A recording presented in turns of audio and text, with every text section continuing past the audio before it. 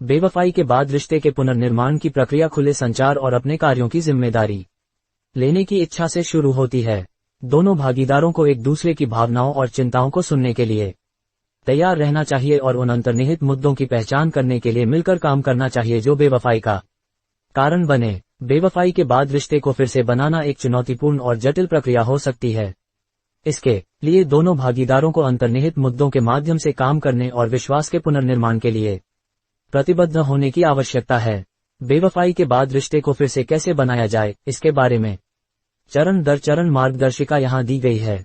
जिम्मेदारी लें। पहला कदम उस व्यक्ति के लिए है जिसने बेवफाई की है और अपने कार्यों की जिम्मेदारी लेता है।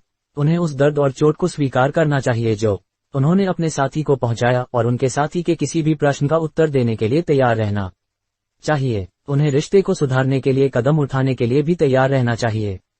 खुला संचार। दोनों भागीदारों को अपनी भावनाओं और चिंताओं के बारे में खुलकर और ईमानदारी से संवाद करने के लिए तैयार रहने की जरूरत है। जिस व्यक्ति के साथ विश्वासघात किया गया है उसे अपनी चोट और क्रोध को व्यक्त करने में सक्षम होना चाहिए, जबकि जिस व्यक्ति ने बेवफाई की है उसे सुनने और सहानुभूति रखने में सक्षम होना चाहिए। परामर्श लें। उन मुद्दों के माध्यम से काम करने के लिए पेशेवर परामर्शदाता या चिकित्सक की सहायता लेना सहायक हो सकता है जो बेवफाई का कारण बने। एक चिकित्सक दोनों भागीदारों को अधिक प्रभावी ढंग से संवाद करने, भरोसे के मुद्दों के माध्यम से काम करने और आगे बढ़ने की योजना विकसित करने में मदद कर सकता है। विश्वास का पुनर्निर्माण करें। किसी भी स्वस्थ रिश्ते के लिए विश्वास आवश्यक है।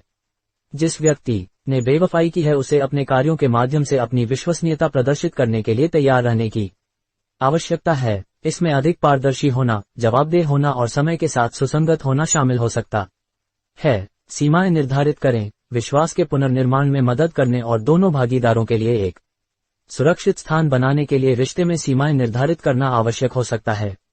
इन सीमाओं में उस व्यक्ति के साथ कोई संपर्क नहीं होना जैसी चीजें शामिल हो सकती हैं जिनके साथ उनका संबंध था, उनके ठिकाने के बारे में पारदर्शी होना और अपने साथी के साथ जांच करने के इच्छुक होना।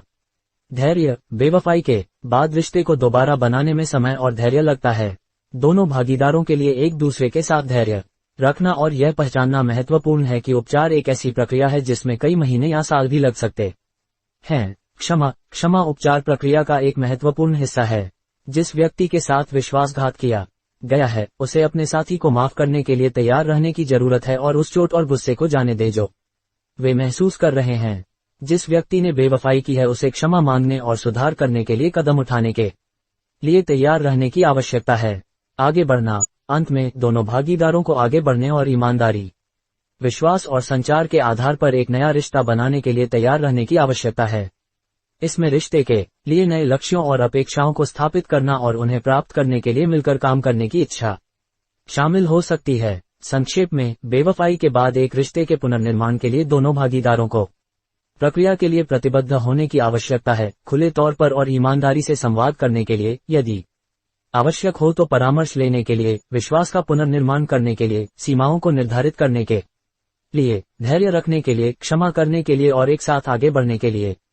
समय, प्रयास और प्रतिबद्धता के साथ बेवफाई के बाद एक मजबूत, स्वस्थ संबंध बनाना संभव है।